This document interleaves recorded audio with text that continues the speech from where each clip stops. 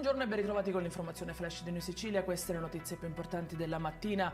In apertura l'operazione Goldfish operata dai finanzieri di Trapani che hanno dato esecuzione ad un provvedimento di misure cautelari per 3 imprenditori, operato anche un sequestro preventivo di beni per un valore di circa 4,5 milioni di euro. Il denaro sarebbe profitto di diverse truffe operate a carico dell'Unione Europea, dello Stato, delle regioni, tra cui anche la Sicilia.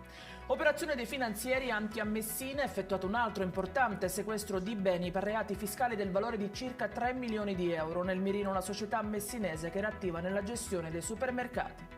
Arrestata Martina Gentile, la figlia della maestra Laura Bonafede, considerata l'amante di Matteo Messina Denaro. La ragazza avrebbe gestito lo scambio dei pizzini del boss.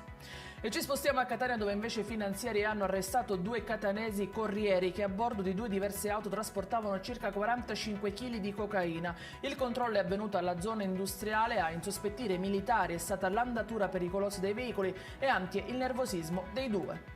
E in chiusura un incidente stradale avvenuto ad Agrigento. Un pedone è stato investito da un'auto in via Empedocle e ferito un quarantenne che fortunatamente non sarebbe in pericolo di vita.